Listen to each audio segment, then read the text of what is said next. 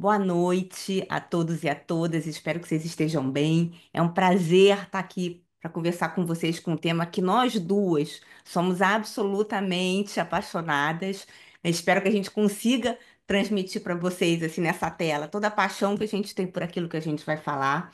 Meu nome é Alessandra Baioca, eu já estou vendo que tem alunas e ex-alunas queridas aqui que já me conhecem. É um prazer ter vocês aqui, né? Quem eu ainda não conheço, se um dia a gente pudesse conhecer pessoalmente, tenho certeza que vai ser uma alegria. Eu sou professora de marketing da PUC-Rio, também sou coordenadora do MBA em gestão de marketing. Nós temos uma turma que vai começar agora, dia 5 de maio. Então, esse evento também é uma forma da gente apresentar um pouco o que que a gente faz, né? A Lorena é professora do curso de MBA, ela entra na disciplina de economia criativa. Então, esse curso de MBA a gente não aborda somente o marketing tradicional, a gente também traz questões emergentes, a gente fala sobre marketing internacional, marketing global, digital, soft power e economia criativa. Então, a gente queria, né, começar, né, esse termo falando sobre esse tema que a gente gosta tanto e a gente pesquisa, né? Nós duas somos pesquisadoras do tema, né? A Lorena é jornalista, a Lorena é mestre em administração de empresas, ela ainda é doutoranda em ciências econômicas pela Universidade de Sevilha. A Lorena está pesquisando agora o flamenco como ativo simbólico da marca Espanha. A Lorena tem 20 anos de experiências em marketing estratégico e digital em B2B, lidera a sua própria agência e atua como consultora. E além disso, como eu já falei, ela também é professora aqui do nosso MBA. Lorena, bem-vinda. Obrigada, Lê. Obrigada pela apresentação, pela introdução. Muito animada de fazer esse webinar com você. Então vamos lá. Você pode projetar para gente? Então, só repetindo, se vocês quiserem fazer perguntas ao longo da apresentação, não se acanhem, tá? Eu vou ler aqui as perguntas, fica na seção, tem um pontinho de interrogação, QIA, tá? Só escrever aqui que eu vou ler e aí a gente vai responder para vocês. Tá legal? Então, nosso tema, economia criativa e soft power, o novo marketing global. Eu vou falar sobre economia criativa, em seguida sobre soft power, vou falar sobre Brasil e a Lorena vai continuar falando sobre Espanha e marketing global e a gente vai se complementando, porque a gente é super parceira em pesquisa, em aula, na vida, na dança, então a gente vai se complementando. Bom, para começar, eu queria explicar o que que é economia criativa e de onde veio esse termo. Tá? Na realidade, esse termo foi falado pela primeira vez em 1994. Foi numa reunião do Creative Nation, foi na Austrália, foi junto com todos os países do Commonwealth, né? Então, lá, o Departamento de Comunicação da Austrália apresentou um documento chamado Creative Nation. E nesse documento, pela primeira vez, eles colocam a política de cultura junto de uma agenda econômica.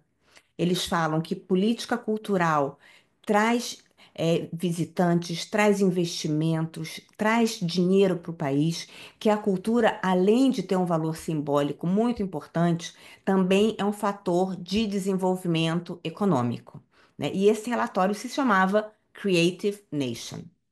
Quem estava lá nessa reunião era uma pessoa chamada Tony Blair, que em 1997 foi eleito primeiro-ministro da Inglaterra e uma das ações do Tony Blair foi criar esse comitê, chamado DCMS, tem um nome comprido, gente. O que que fez esse comitê?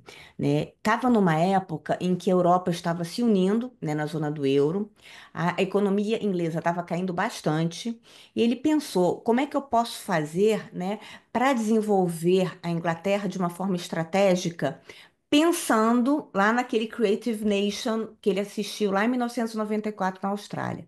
Então, ele fez esse comitê. Esse comitê trabalhou durante 9 meses. E desse comitê fazia parte tanto o pessoal da gestão pública, gestão privada, universitários, artistas, cidadãos, enfim, foi um grande grupo de estudo. E a missão deles era identificar quais eram os setores estratégicos de desenvolvimento para a Inglaterra nos próximos anos. Então, eles mapearam esses setores, eles mapearam 13 setores e chamaram esses setores de indústrias criativas. Então, indústrias criativas nessa época, para a Inglaterra, eu vou dizer só alguns deles, tá? Era moda, design, arte, artesanato, música, artes cênicas, enfim, audiovisual, publishing. Então, eram 13 setores que eles destacaram como estratégicos para o crescimento do país. E esses setores eles chamaram de indústria criativa. Após isso, vem várias definições, tá, do que seriam indústrias criativas, mas assim, o que mais resume são setores que são baseados em criatividade, cultura, tecnologia, inovação e trazem valor econômico pela exploração tanto de propriedade intelectual quanto a atração de investimentos e turistas, né, para as suas localidades. O que que aconteceu? A Inglaterra, que tinha um PIB que estava assim decrescendo, ela começou a calcular também o PIB criativo, que seria toda a renda, né, toda a economia gerada por esses setores criativos, e viu que estava assim crescendo exponencialmente. E para cada setor criativo, eles trabalhavam estrategicamente as instituições, os financiamentos e a educação.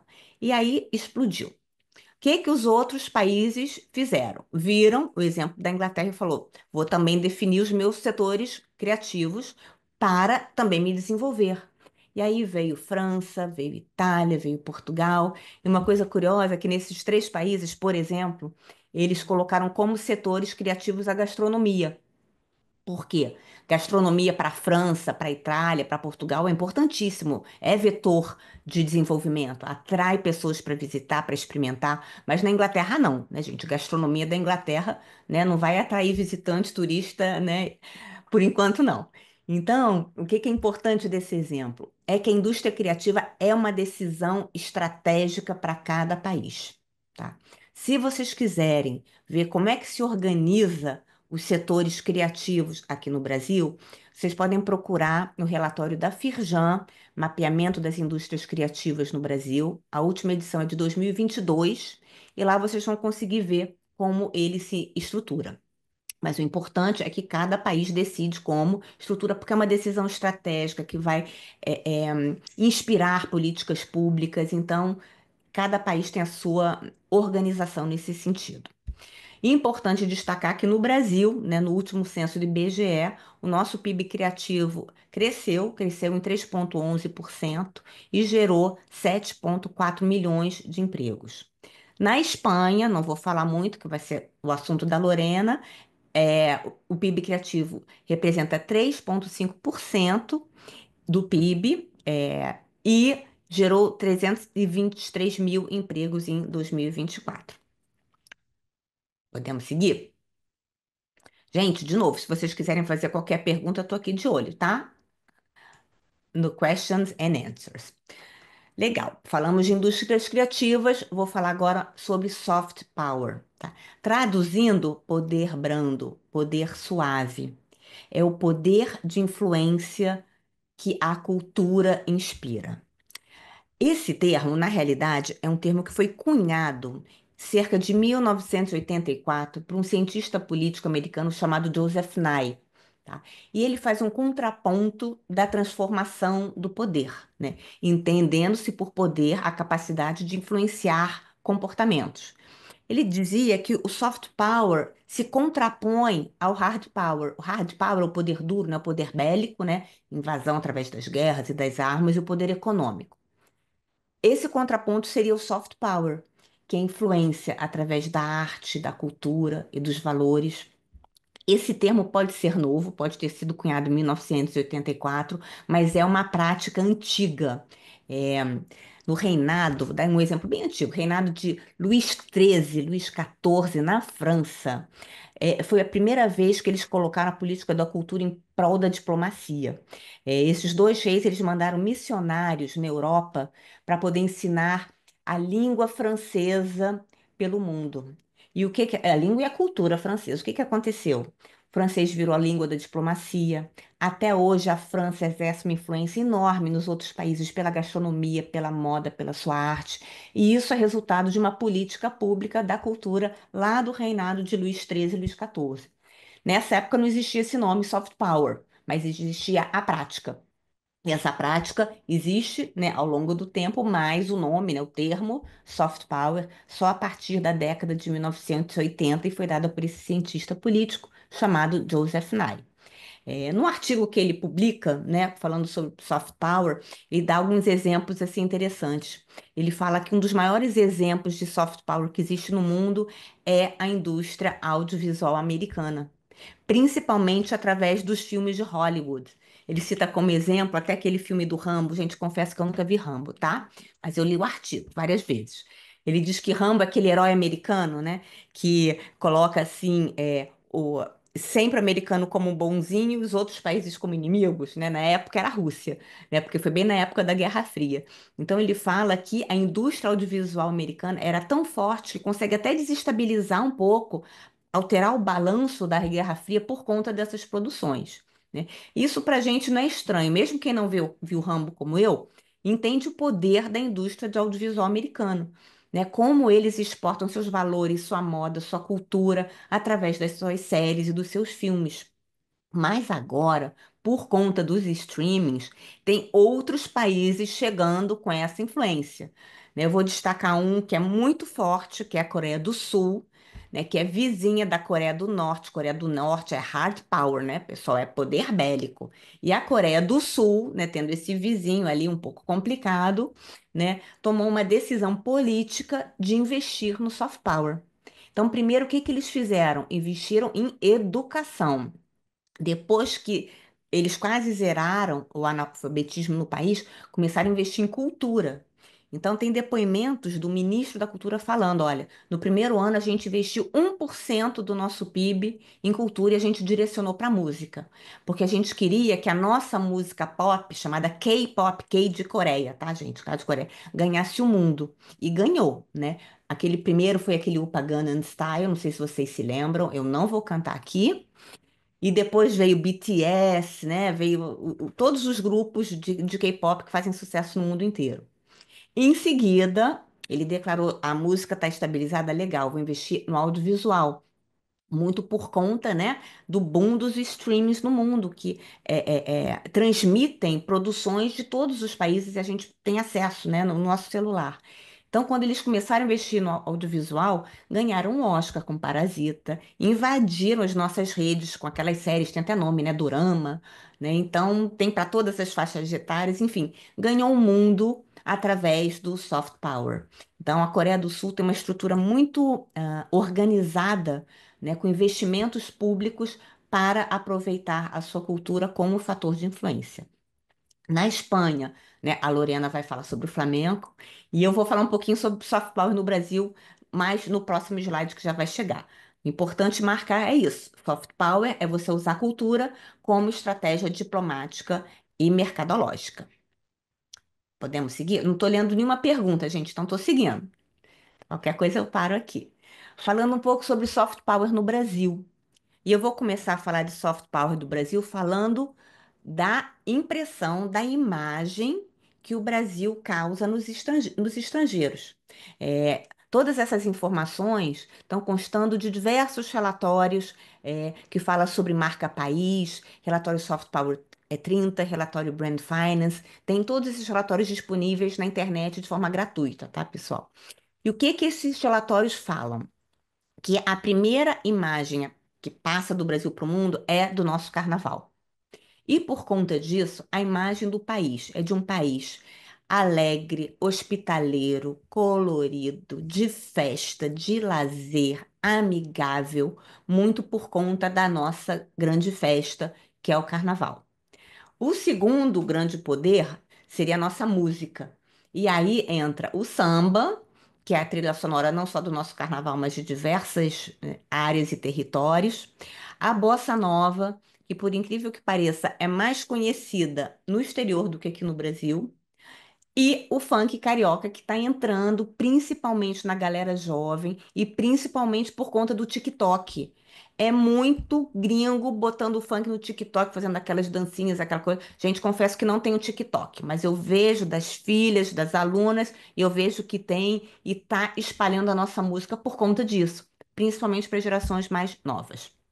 Outro poder forte telenovelas exportadas para o mundo inteiro, né? Então, a Avenida Brasil foi exportada, Escravizauro foi exportada, né? Enfim, então todo mundo já conhece o que que é o Leblon, o que que é o nosso Brasil por conta dessa imagem projetada das telenovelas.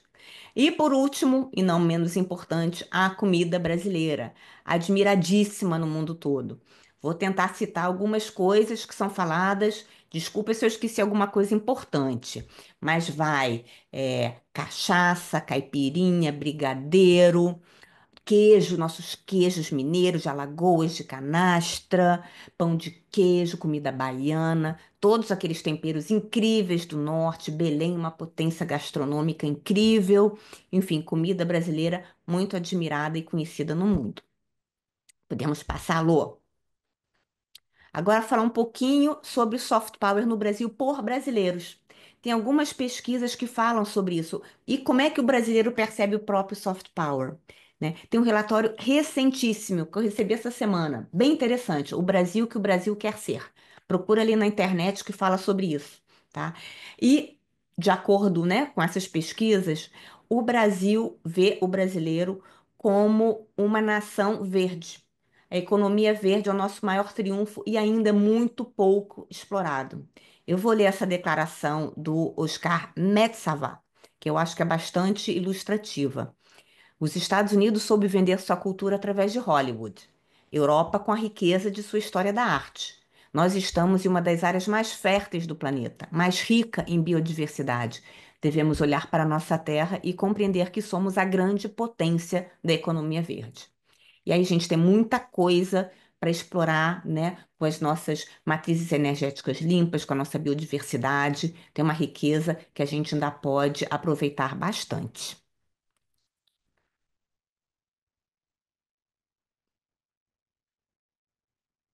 E entramos na Espanha. E para falar de Espanha, nossa especialista, a Lorena Agora Eunapio. sim. Estava procurando como que eu tirava o mudo aqui. Bom, chegamos na Espanha, no flamenco, na parte que eu gosto muito.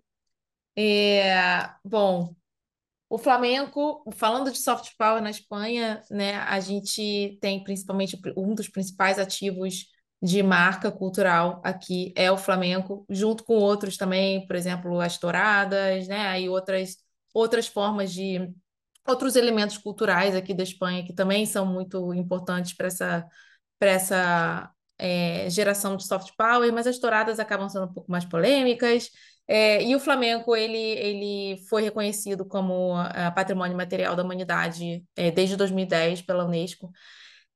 No meu projeto de doutorado, agora eu tenho conversado, tenho entrado na etapa de pesquisas qualitativas, entrevistas qualitativas, então eu tenho escutado opiniões diversas sobre essa inclusão do Flamengo como patrimônio imaterial, material da humanidade, mas é verdade que trouxe um pouco mais de visibilidade para o Flamengo fora da Espanha também. Não que não tivesse, mas trouxe mais visibilidade.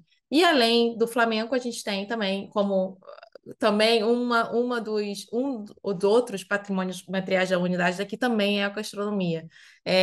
E tem vários outros, mas o Flamengo com certeza é um dos mais conhecidos que são mais vinculados à marca da Espanha fora do país e dentro também. E quando a gente pensa em como o Flamengo movimenta a economia, a gente pensa, por exemplo, em eventos que a gente tem aqui não só no Sul, não só em Sevilha, mas em toda a Espanha, mas um que a gente tem, que aconteceu recentemente, é a Bienal de Flamenco, que no ano passado, ela acontece sempre em anos pares. No ano passado, ela gerou 1 milhão de bilheteria, e isso é só bilheteria, né? Pensando que o número de audiência foi de 40 mil pessoas fora de Sevilha que vieram para cá só para viver a Bienal de Flamenco, a gente pode pensar no impacto do setor hoteleiro, de restaurante, de comércio, né? Todas as outras movimentações econômicas que 40 mil pessoas trazem para a cidade de Sevilha. E sem comentar que isso aqui, 1 milhão de bilheteria só nos shows, né? Fora todos os outros cursos que acontecem, naturalmente acontecem ao longo do ano aqui, mas que no período da Bienal de Sevilha triplicam de preço por conta da quantidade de turista que tem aqui. Então, são os mesmos cursos que a gente tem o ano inteiro, mas com, né, não os mesmos, muito mais do que o que a gente já tem o ano inteiro, porque aí vem gente da Espanha inteira para cá, para Sevilha, para dar curso de final de semana, curso de uma semana, workshop e tal, e é super caro quando a gente compara com o valor de um curso normal no mês. Mas então, pensando em como isso movimenta a economia, só falando de Sevilha, por exemplo, no mês passado a gente teve, mês passado não, em fevereiro, a gente teve o Festival de Jerez, a 1 hora daqui de Sevilha, que também é um festival internacional que acontece uma vez por ano. E também é o que praticamente movimenta Jerez. É o que tem na cidade, é o festival de Jerez, de flamenco, que é um mês inteiro. E um mês não, 3 semanas, e vem gente do mundo todo também. E também curso, show todo dia, restaurante cheio, os eventos off, né? Porque tem os eventos oficiais do Festival de Jerez e tem tudo que acontece em volta, todos os tablados que triplicam o número de passes que eles têm por dia, de shows que eles têm por dia, para aproveitar, para poder tirar vantagem de todo mundo que está ali, né? Aproveitar essa audiência toda que está ali. É, então, além disso, a gente tem as marcas culturais, né? A gente tem marcas como Desigual, o Almodóvar e a Loewe, que é uma marca de luxo que é muito conectada com a arte, que são referências também da Espanha, fora da Espanha, e que trazem esse conceito, trazem a energia da Espanha para fora. Se a gente pensar na Desigual, por exemplo, é uma marca alegre, criativa, colorida, o slogan La vida es chula, a vida é boa, a vida é bela, a vida é colorida, a vida é legal. Isso é muito conectado aos valores da marca da Espanha, né? Quando a gente pensa, agora que eu tenho feito as minhas entrevistas qualitativas, eu vejo, uma das minhas perguntas é o que que as pessoas pensam da Espanha, como que elas veem a Espanha. E a Espanha é muito vista como um lugar de festa, como um lugar alegre, criativo, com gente, com cor, muita cor, né? E a Desigual representa muito isso. Os filmes da Almodóvar também, os valores e as questões da Espanha, os costumes, né? E pensando também em política pública, uma coisa que é importante falar é o Flamengo, por exemplo, foi uma peça fundamental do governo do Franco, do ditador, do período da ditadura, entre os anos, final dos anos 30 e até o final dos anos 70, mais ou menos. E foi quando o Flamengo começou a ser utilizado como uma forma de diplomacia internacional com Estados Unidos e Alemanha, principalmente. Né? Então, houve um intercâmbio, houve uma agenda ali em torno do Flamengo para promover o Flamengo como soft power mesmo. E então, quando a gente fala de políticas públicas, incentivos fiscais, até o final dos anos 70, início dos anos 80, tudo era muito concentrado a nível nacional, né, por conta do governo da época. E a partir dos anos 80, as comunidades autônomas começam a ter mais autonomia sobre os programas culturais e os editais e convocatórias e tudo isso. Mas é bem similar quando a gente até viu isso numa aula recente no MBA. As políticas públicas e incentivos fiscais da Espanha são muito parecidos ao que a gente tem no Brasil. Então, a gente tem os editais do Ministério da Cultura aqui, a gente tem as convocatórias da Junta de Andalucia, no meu caso aqui do Sul, mas as comunidades autônomas, elas têm os próprios editais de cultura, e incentivos fiscais são muito parecidos também aos que a gente tem no Brasil, incentivos fiscais tanto pessoa física como pessoa jurídica, e uma coisa que eu destacaria também é a questão do audiovisual, muito forte na Espanha também. O Plano Espanha Hub Audiovisual faz parte de uma agenda maior, que é a Agenda Digital 2026 para a Espanha, que é todo um programa do governo nacional de transformar a Espanha num polo mais tecnológico, de atrair empresas de software, talvez para fazer frente com a Irlanda, que é um polo importante aqui tecnológico da Europa. Mas uma dos pontos muito fortes da agenda digital é o plano audiovisual.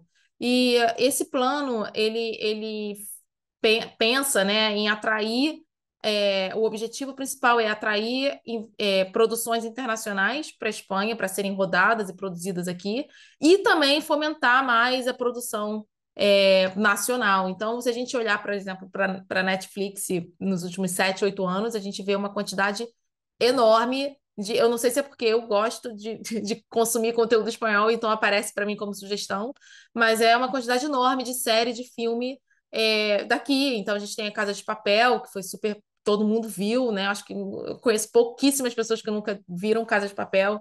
E também As Telefonistas, Valéria, e filmes também. Então, tem várias séries e vários filmes, e tem cada vez mais, e são bons, assim. Também tem muito filme ruim, mas tem muita coisa que viraliza, que todo mundo vê e que tá na boca de todo mundo, né? Que tá no Netflix de todo mundo. Então a gente vê que esse plano realmente ele tá fazendo efeito, né? Tá na agenda da Espanha. E aí, quando a gente vem para Sevilha, Sevilha tem um consumo, um turismo cultural muito centrado no flamenco e na música. Sevilha também é uma cidade da música reconhecida pela Unesco desde 2016. E o turismo cultural de Sevilha atrai cerca de 700 mil visitantes por ano. E isso é muita coisa. Então, quando a gente pensa lá naquele PIB de 3,5%, praticamente 80% desse PIB vem também do turismo. E não só, bom, é muito centrado no Flamengo, mas também não só no Flamengo, como eu disse, tem os festivais de música, tem vários festivais de música que acontecem ao longo do ano aqui. E, além disso, os principais eventos que acontecem, agora a gente tem a Semana Santa começando amanhã, e amanhã já tem 8 procissões na cidade, e assim vai até o domingo que vem, de Páscoa.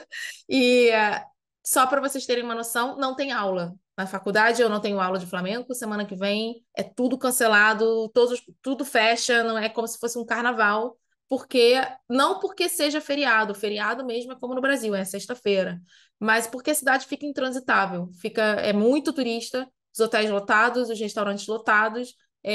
Eu, por exemplo, estava tentando fazer uma reserva de restaurante para domingo para almoçar com umas amigas. Eu não consegui, simplesmente não tem. Não tem mais restaurante. Tá tudo cheio, tá tudo reservado.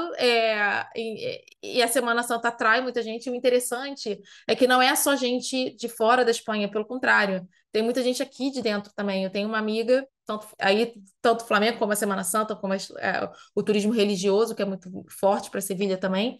Mas eu tenho uma amiga do curso de dança que é de Cantábria, do norte, e ela veio para cá, vai ficar um ano aqui em Sevilha para estudar flamenco aqui, porque em Cantábria não tem. E aí a mãe dela, que é super religiosa, vai aproveitar a oportunidade para estar aqui na Semana Santa, e aparentemente, segundo a minha amiga, ela está super animada para vir passar a Semana Santa aqui em Sevilha. Então, realmente, o movimento é uma coisa muito importante.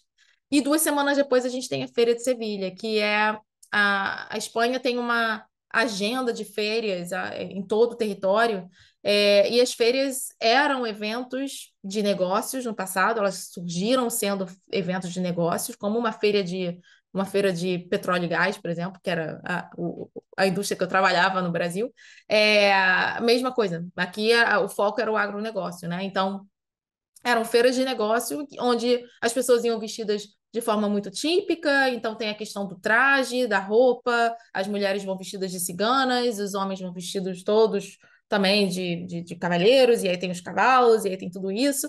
É um calendário de feiras que acontece, como eu falei, no território nacional. Mas a Feira de Sevilha, ela é uma das principais, ela é a principal, ela só não é a primeira do ano, tem uma antes que acontece em Mairena del Cor, que é um pueblo aqui perto, que acontece uma semana antes, e depois vem a Feira de Sevilha, e aí começa o calendário de feiras da Espanha.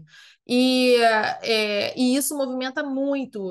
Só eu vou ter algumas pessoas aqui recebendo para a Feira de Sevilha, que vem para cá só por causa da feira, e tem muita gente que vem só por causa da feira. E, como eu falei, a Bienal de Flamengo, que foi o evento que a gente tem a cada 2 anos, e a CIMOF, que é a semana de moda daqui, de Flamengo. Então, é uma semana de moda só focada em Flamengo. Esse ano atraiu 60 mil visitantes, são 2 semanas, e tem 4 ou 5 desfiles por dia de marcas de roupas de flamenco, de roupas de feira, de traje de feira, de sapato, de tudo.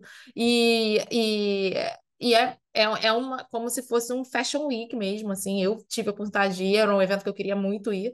Eu fui esse ano. E eu fiquei, assim, impressionada com a quantidade, com a organização do evento, dos desfiles e tudo, e com a quantidade de gente que tinha ali, quantidade de loja, de marca, de coisa que eu nem sabia que existia, assim, muita indústria têxtil, muita fábrica de tecido aqui, e entrando na moda flamenca, né, a moda é um dos motores econômicos, junto com os instrumentos mais importantes da Espanha.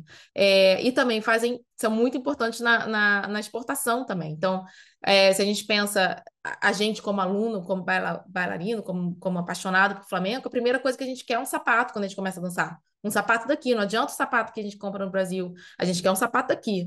E aí, aí começa, né? Ah, quem vai para Espanha, traz um sapato para mim, e não sei o quê, traz um leque, traz um chale. A gente começa com isso, e assim, aqui uma coisa muito interessante que acontece uma semana antes, um pouco antes da feira, que são as lojas. Eu reparei isso esse ano, no ano passado eu não reparei. Mas as lojas normais de roupa, elas começam a trocar as vitrines com roupa de feira. Então, quase todas as lojas aqui de roupa, de moda, oferecem roupa de feira também, traje de feira. E daqui a pouco passa a feira e todo mundo volta para a vitrine que tinha antes de roupa normal, de camisa, de blusa. Mas fora isso, é roupa de feira. Então, você anda na rua, parece que você já está vivendo a feira, sabe? É muito legal isso. Eu, como uma apaixonada pelo Flamengo, por isso eu fico andando na rua e fico impressionada com tudo isso. Mas como é importante a indústria têxtil, os instrumentos, a Sevilha, as marcas de instrumentos aqui, não só de Sevilha, mas da Espanha, exportam violão, flamenco, guitarra para mais de 120 países. É, Sem contar, como eu falei, os tecidos, os chales, as flores, tudo isso, né? É uma indústria realmente muito grande que vai junto com o flamenco. Não é só flamenco ou a indústria, muito mais além disso. Então, quando a gente pensa bom, como as marcas refletem o estilo de vida, né, da nação, como que as marcas elas refletem os valores é,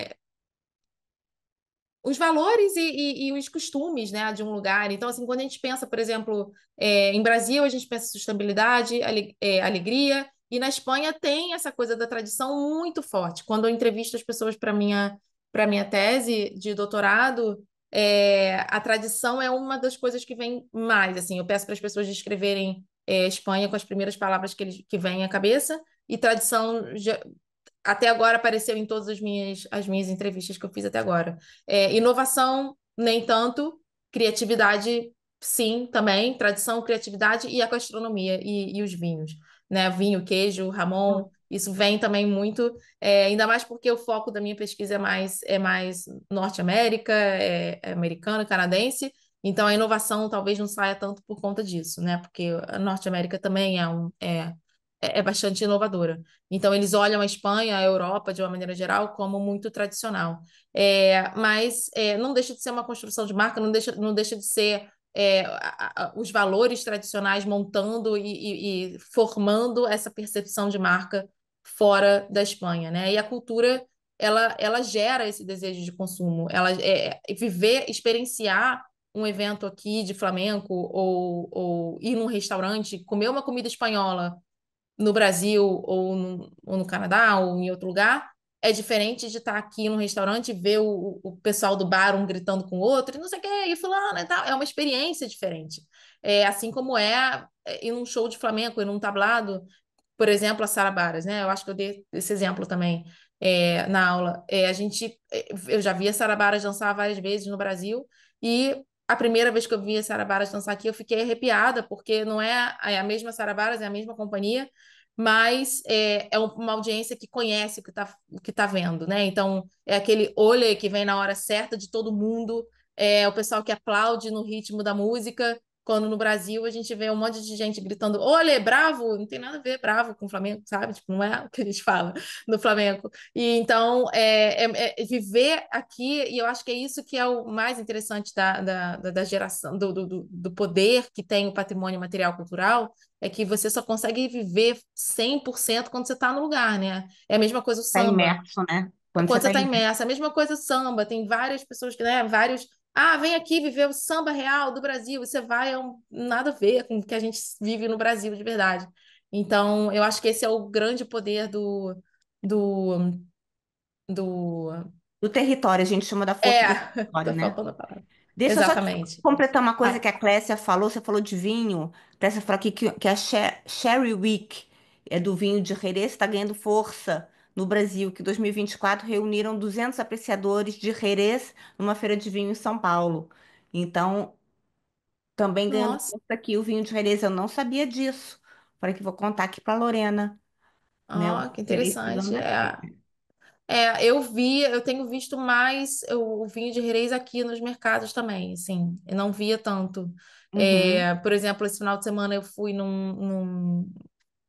passear aqui, fui num pueblo perto de Sevilha e tinha muito vinho de Jerez sendo oferecido nos cardápios de restaurantes, e coisa que eu não via tanto, assim, há coisa de um ano, quando eu cheguei eu não via tanto. É interessante. Então, quando a gente pensa no soft power, não só o espanhol, mas também qualquer soft power de qualquer país, ele ajuda a fortalecer essa reputação internacional e a competitividade, né? Quando a gente pensa nas experiências culturais, como eu falei, elas são diferentes quando você vive no mesmo no local ou quando você consome fora, dependendo do que for, porque se for um filme, se for uma música, se for uma série, a gente consegue perceber o valor daquela arte, daquela cultura mesmo estando fora do país, e ela é, sem dúvida nenhuma, uma ferramenta muito importante de diplomacia cultural, de atração de turismo, de estratégia de marca, né? Então, quando a gente pensa, em estratégia de marca, principalmente, a gente começa a ver os governos e as cidades se preocupando muito mais com toda a construção de marca. Por exemplo, a marca Sevilha, né, que foi uma marca que eu estudei agora para minha tese também, ela é muito centrada no soft power, no flamenco, na música, na comida, na gastronomia, na energia das pessoas, né, na experiência que estar aqui proporciona. Então, transmite, né? Então, ela o soft power, seja ele filme, música, o que seja, qual é a forma de arte ou de cultura, ela, sem dúvida nenhuma, é um ativo muito, muito importante geopolítico e que eu acho que está cada vez mais na agenda dos governos daqui para frente. Existe uma atenção muito maior para isso, pelo que eu tenho visto também. E outra coisa, Lorena, acho que eu falei muito brevemente lá atrás, toda essa imagem também transborda para as marcas do país, né? Você falou nas marcas da Espanha, né? As marcas brasileiras também carregam os valores projetados pela imagem do país, né? De colorido, de amigável, de festivo, né? Então, de biodiversidade, de sustentabilidade. Então, só pensando nas marcas brasileiras, né? Havaianas, descontraída, colorida, brasileiríssima, Natura, né, sustentabilidade, enfim, a Farm do Rio de Janeiro, a própria Osklen. Então, esses valores do país e das cidades também se transmite para as marcas locais. E isso também é uma questão de marketing global que a gente queria discutir aqui, né, para fechar o nosso tema. Então, é uma política que parte do país, que parte do território, mas que também transborda para as marcas daquele território. É, com certeza. E quando a gente pensa também, eu acho, só um comentário breve, tem muito, a gente citou algumas marcas, né, mas tem tantas outras e que às vezes elas transmitem os valores e as pessoas nem sabem que elas são daqui. Por exemplo, a Desigual, tem muita gente que não conhece. Quando eu tenho feito agora as entrevistas para minha tese, eu pergunto se as pessoas conhecem marcas daqui. Ninguém falou Desigual. E aí, quando eu pergunto, você conhece marcas como Desigual, Zara, Mango, não sei o quê? Conheço. O que que você acha dessas marcas? São criativas, são não sei o quê, nananã. Você sabe de onde elas são? Não, da Espanha. Então, as pessoas relacionam os conceitos, mas às vezes não sabem que elas são daqui, né? Então, Eu acho que também cabe ao marketing transmitir isso de uma maneira conjunta e juntar a marca país, né, nessa promoção de marca corporativa também. Muito bom. Estamos chegando no final. Temos dúvidas, perguntas, alguma coisa? Sim, chegamos no final. Temos um comentário aqui da Clécia, que eu já falei sobre o vinho de Jerez. Gente, quem quiser perguntar alguma coisa, eu tô aqui de olho. Chegou mais uma aqui, deixa eu ver. Da Mariana. Mariana, tudo bom, querida?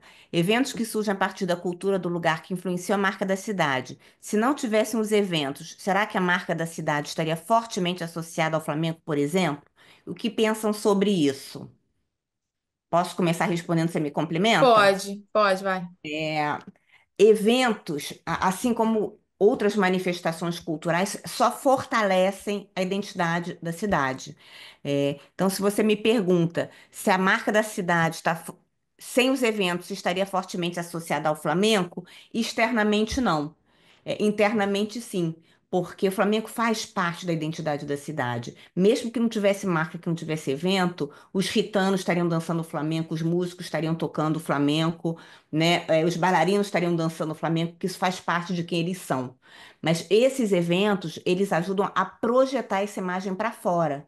Então, se você falar de soft power e marca país, esses eventos são importantes sim, porque é uma forma de dar visibilidade para uma coisa que já acontece dentro do país. Né? Vamos trazer aqui para o Brasil, né? Vamos trazer para o nosso samba, por exemplo.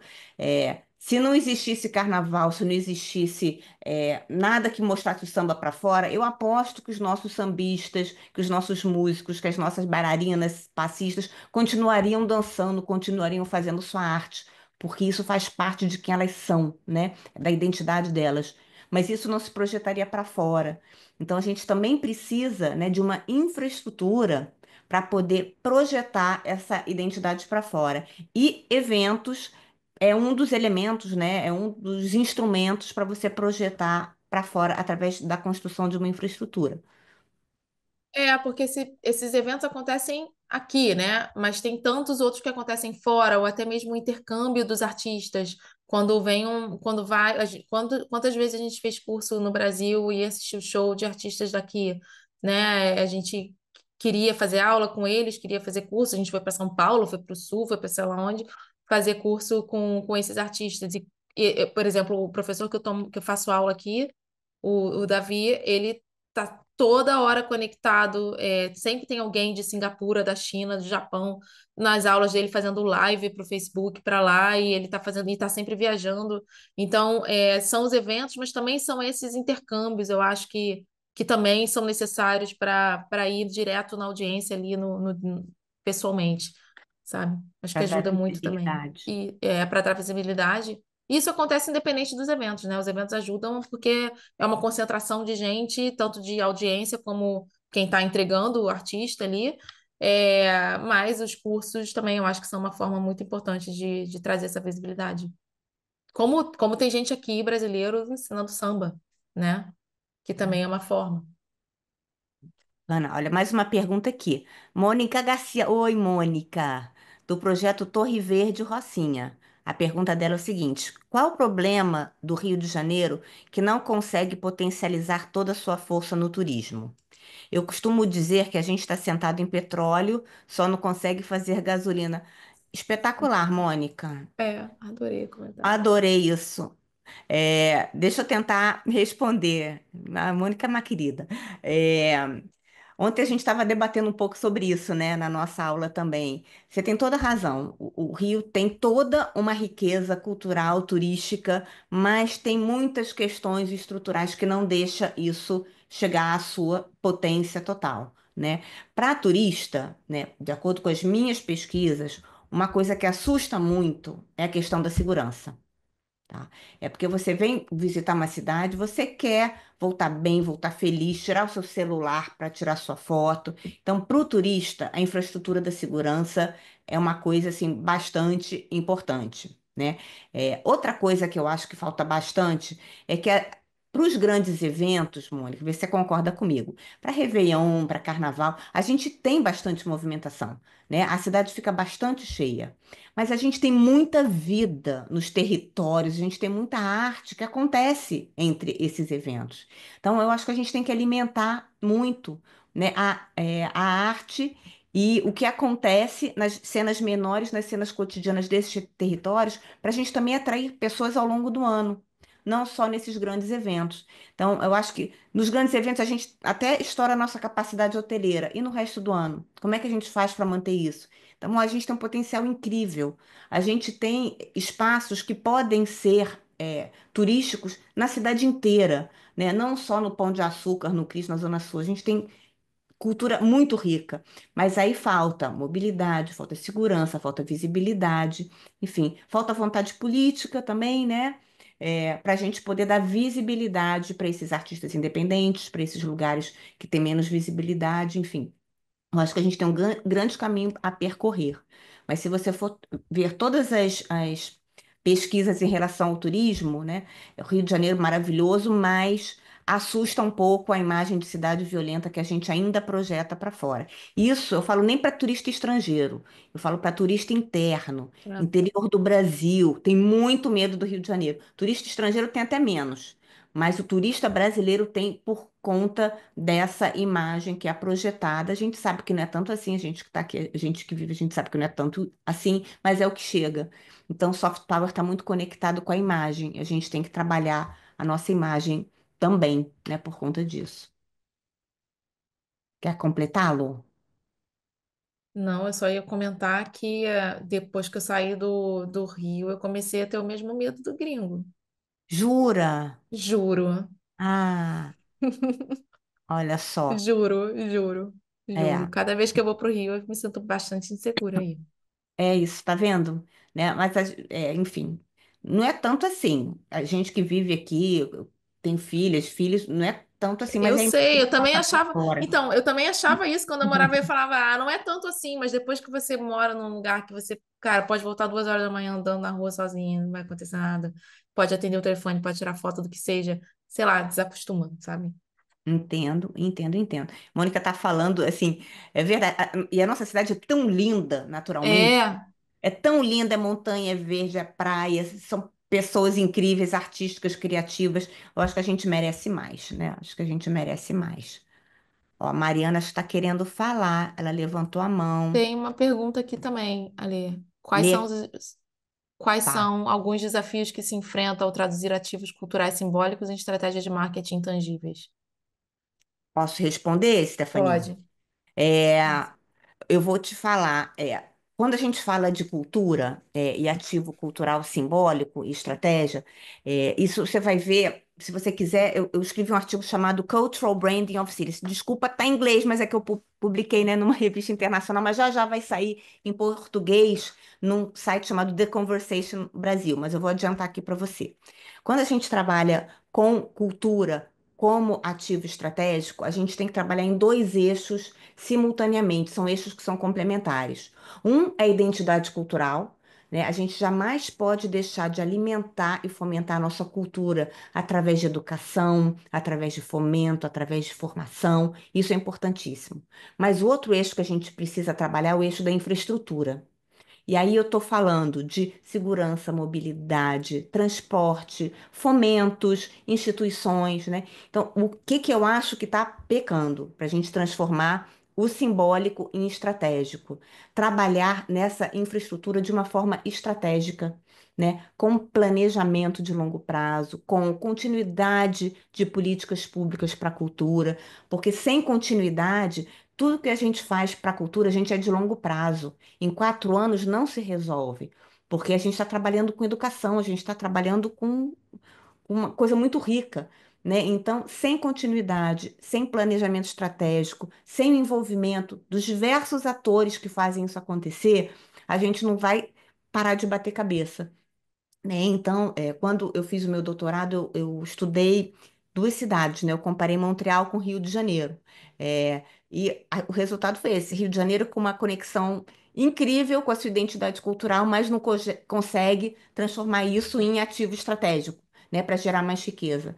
Montreal fez um planejamento estratégico que vem desde 2007, continuamente, envolvendo todos os atores, desde os gestores públicos, privados, estudantes, artistas, empresários, para manter a identidade, a infraestrutura cultural funcionando.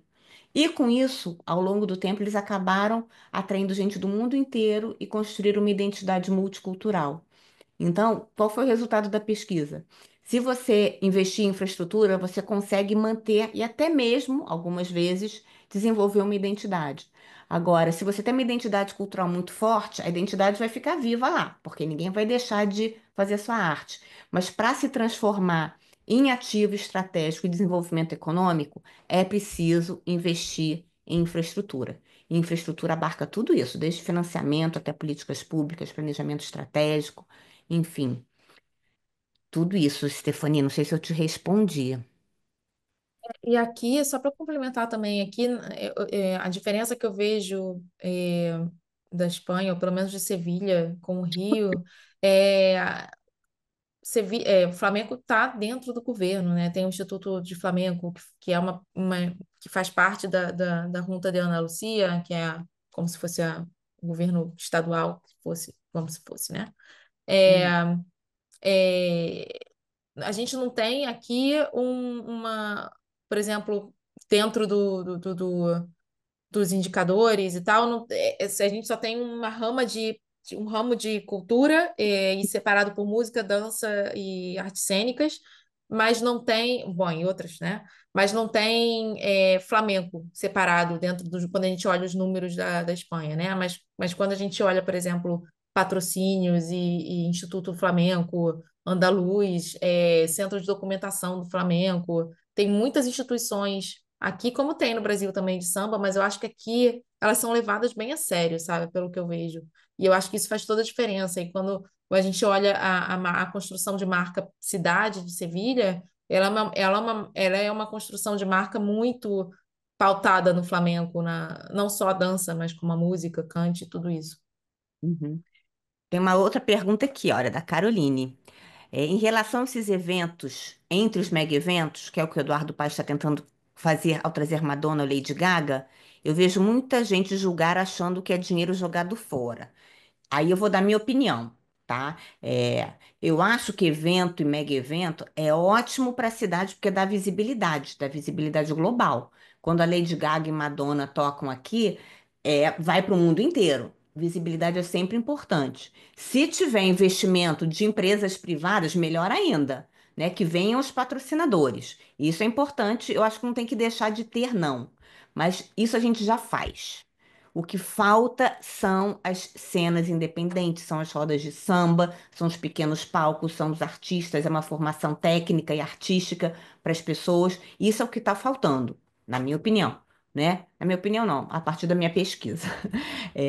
Os grandes eventos a gente já faz, a gente tem Carnaval todo ano, a gente tem Réveillon todo ano, agora vai ter todo mês de maio um grande evento. Ótimo, acho isso maravilhoso. Não tem que parar, não. Mas tem que ter o olhar também para as cenas cotidianas, porque sem isso a identidade cultural não se mantém. Então também tem que ter esse olhar para os independentes, para as rodas, para as cenas diárias, né? Para os pequenos espaços, para os diversos territórios, porque eu acho que é essa infraestrutura que está precisando.